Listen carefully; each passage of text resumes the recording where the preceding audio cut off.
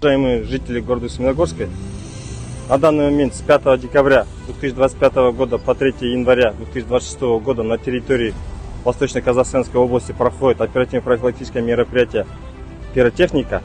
На данный момент было изъято более 60 единиц пиротехнических изделий и составлен административный протокол 8 по статье 196. Все данные пиротехнические изделия взяты и будут направлены на уничтожение.